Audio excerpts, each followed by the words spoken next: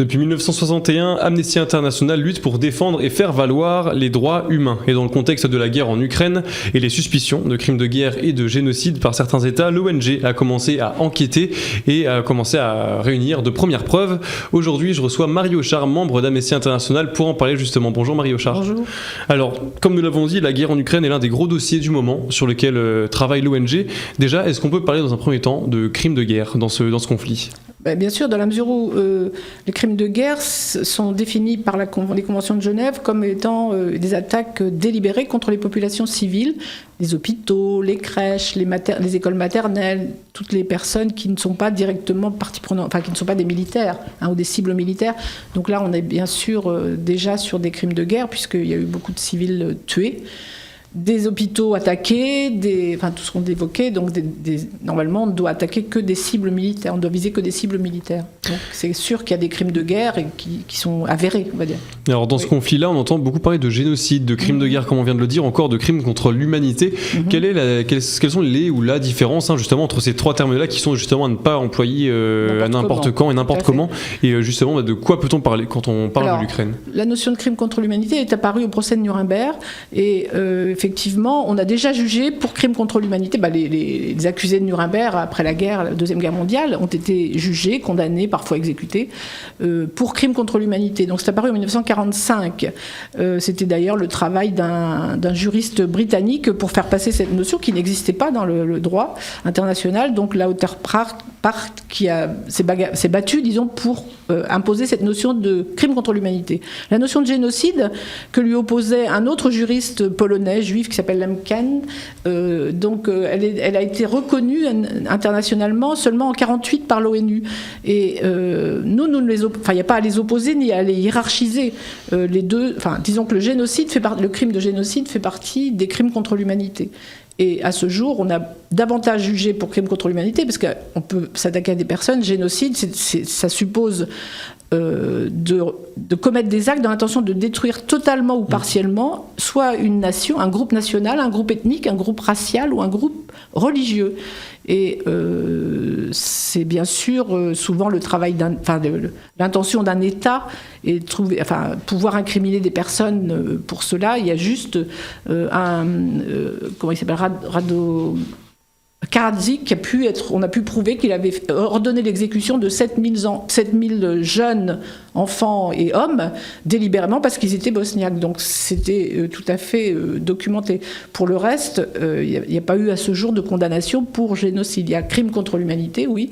Des personnes ont été condamnées, mais donc c'est un peu différent, disons. Et en plus, le crime contre l'humanité peut être est imprescriptible comme le génocide, mais peut avoir lieu en temps de paix aussi. C'est pas forcément dans le cadre d'une guerre. Torturer des personnes, les viols systématiques, tout ce qui relève du crime contre l'humanité, des persécutions, des expulsions, un apartheid, déporter, faire disparaître, les disparitions forcées, ça relève des crimes contre l'humanité. Disons que c'est plus large, à la limite, le génocide est englobé un peu dans les crimes contre l'humanité. Alors en ce moment, tous les yeux de tout le monde, de la planète entière, limite, sont rivés sur l'Ukraine, le conflit en Ukraine, mais il y a d'autres conflits qui se passent depuis beaucoup plus longtemps, mais qui se passent encore actuellement et qui vont peut-être durer encore plus longtemps. Est-ce qu'il n'y a pas un risque de passer à côté justement de ces autres conflits-là et des atrocités sur les autres populations qui sont commises, par exemple le conflit au Yémen, notamment ? Bien sûr, c'est un risque que nous soulignons, notamment par rapport à la question des réfugiés.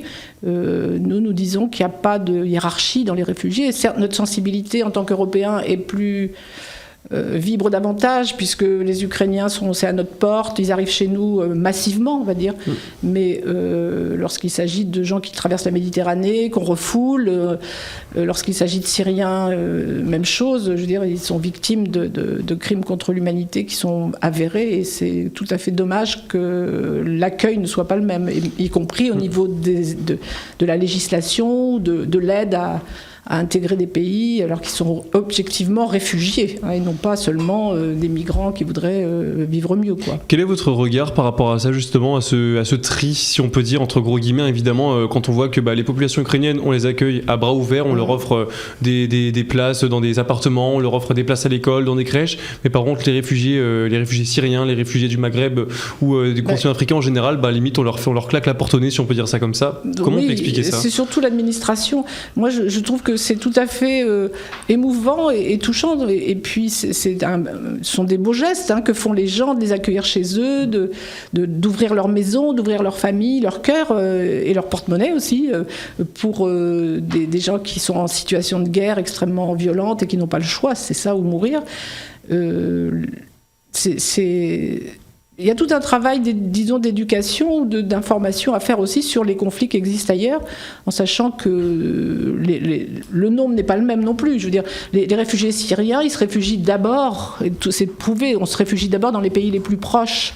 Donc, on ne doit pas hiérarchiser la demande de toute façon, c'est inscrit dans la loi française. Nous constatons que les plus gros obstacles viennent des préfectures, des administrations, des complications qu'on leur fait. Mais on fait aussi des complications aux Ukrainiens. Vous savez, on entend parfois des récits qui sont hallucinants. De gens, on leur dit, mais quand vous avez passé la frontière, vous n'avez pas fait les papiers qu'il fallait, retournez à la frontière ukrainienne pour remplir les papiers, le visa, ou je sais pas, des papiers dont on a besoin. Bon.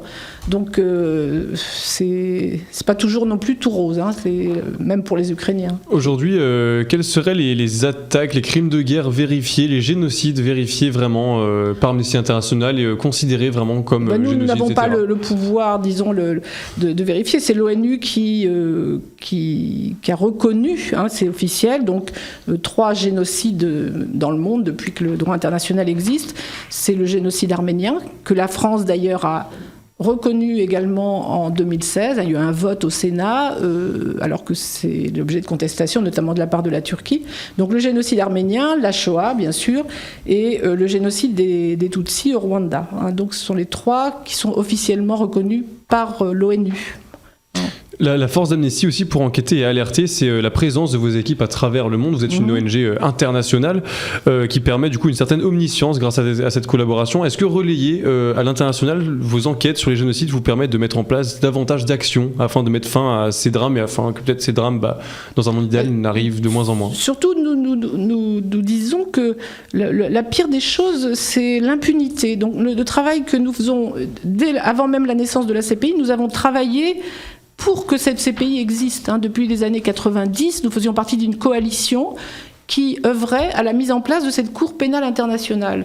Et le droit international, ça nous préoccupe aussi beaucoup. Et donc, j'ai oublié votre question. Oui, le fait d'enquêter... Oui, on peut reprendre votre question ? Est-ce que justement relayer tout ça à l'international permettrait de mettre fin à ces drames, ce qui se passe de moins en moins peut-être dans un monde idéal ? Peut-être pas les drames, mais en tout cas, enfin si, à long terme. Je voulais parler de l'impunité, c'est ça. Donc nous disons que l'impunité, c'est la pire des choses, c'est un fléau, parce que toute victime, quelle que soit la chose dont il est victime, et encore plus les crimes de guerre, toute victime qui n'obtient pas justice, qui n'obtient pas réparation, ne peut pas se reconstruire, déjà. Ça veut dire aussi que les personnes qui ont été à l'origine de ces actes criminels, barbares, s'ils ne sont pas punis, ça entretient donc un climat de violence. Ça leur permet aussi de continuer leurs exactions. On le voit très bien avec le commando Wagner, par exemple, qui agit dans plusieurs parties du monde. Si on n'arrête pas ces gens-là, je veux dire, ça va. Bon, tous ceux qui se font embaucher pour faire la guerre, les mercenaires. S'ils ne sont pas arrêtés, s'il y a une impunité, c'est vraiment un fléau terrible, l'impunité. On le sait, si on est victime, on a besoin qu'il y ait une réparation, qu'il y ait justice. La justice est une notion tout à fait importante dans ce cas-là. On l'a évoqué tout à l'heure, il y a un conflit au Yémen dans lequel l'Arabie Saoudite, notamment, mène des attaques envers les populations civiles. La France envoie des armements à l'Arabie Saoudite et aux Émirats Arabes Unis qui sont aussi complices de cette guerre. Est-ce qu'on peut considérer indirectement que la France serait complice de ce crime de guerre ? C'est ce que nous disons et nous demandons haut et fort. Nous avons fait une pétition que nous avons portée à M. Macron il y a peu de temps, de centaines de milliers de personnes, contre la vente d'armes justement à des pays qui les utilisent directement ou indirectement, là nous avons prouvé, nous le savons, que les armes, on a retrouvé donc dans les situations d'agression au Yémen, des armes françaises qui avaient transité par l'Arabie Saoudite. Donc il y a un traité du commerce des armes que nous avons signé, que nous ne respectons pas, et nous demandons à ce que les députés, les sénateurs aient voix au chapitre sur la question de la vente des armes, du choix qui est fait. Et ça n'est toujours pas le cas. C'est uniquement l'exécutif qui décide. On peut retrouver cette pétition notamment sur votre site internet, amnesty.fr. Merci beaucoup Marie Hochard d'avoir été avec nous pour cette émission qui est comme d'habitude disponible en podcast audio et vidéo sur notre site internet et application Radio Sensation.